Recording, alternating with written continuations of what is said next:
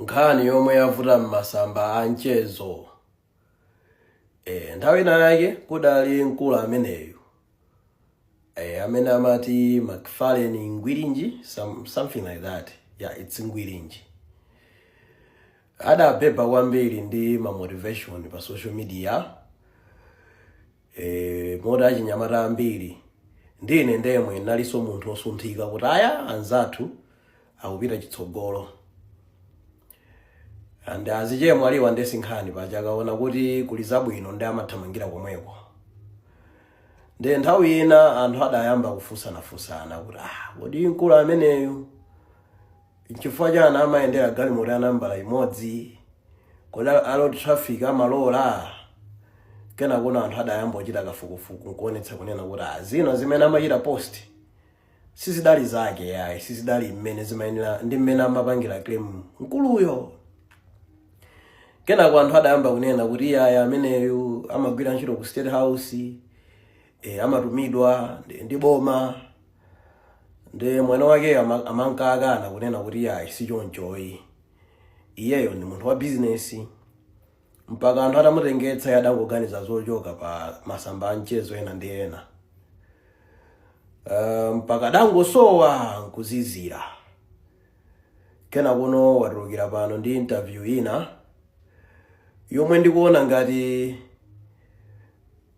interview yonso siyaphindu kwenikweni, chifukwa mafunso amene amafunsidwa mwina samene anthu ambiri amayembekezera.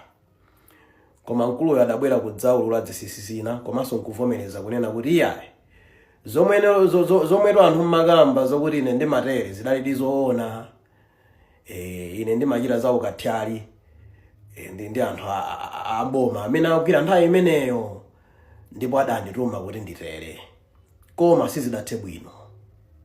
Ndi anthu ambiri akhala adabwa kunena kuti iweyo mbuyo muja anthu amapanga claim kuti umatere umakana, pano kubwera kuvomera kunena kuti ndi materodi ndipo nzoona. Uganiza bwanji pamenepa?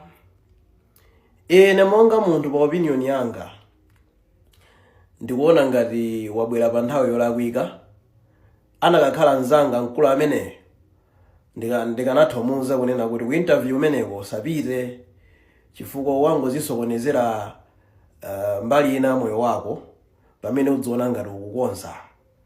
Chifukwa anthu amene kwaululawo panopo sali mbomayi, mwina evidence ya zinthu zina sizingakhale zotani zotero. Ine anakakhala nzanga kuti mwina timacheza timayankhulana ndakatero. Chifukwa mukaonera interview ija sikupereka kwenikweni danga loonetsa kunena kuti adachitapo chani chinthu chofuna kupindulira anthu ena ngati dziko, koma iyeyo akuzika mu mbali ya zinthu zolakwika zomwe pamene paja pamwinanso watha kuziwonongera CV kunena kuti mwina ena sangakhala naye interested kugwira nayenso ntchito ndi malingana mmene waziululira. So ndi nkhani imene ndinabwera nayo. Anthu ali ndi maopinion osiyanasiyana. Nzathu ndithu mbiri yake dayipa, anthu atamuulula kunena kuti ayi ndithu zina zomwe akubweretsa kugulu sizachoncho, sizamoyo wake. Ndipo wabwera pa interview yekha ndikuonda kunena kuti amene simudaonere mukaonere, muperekenso ndemanga yanu. Koma ine adakakhala nzanga ndakamuza kunena kuti that's one of the useless interviews, don't go there. Utha kusokoneza zinthu zomwe mina padalibe, zomwe ena samadziwa za moyo wako, iwe nkomaona ngati kuti ukutani ukukonza.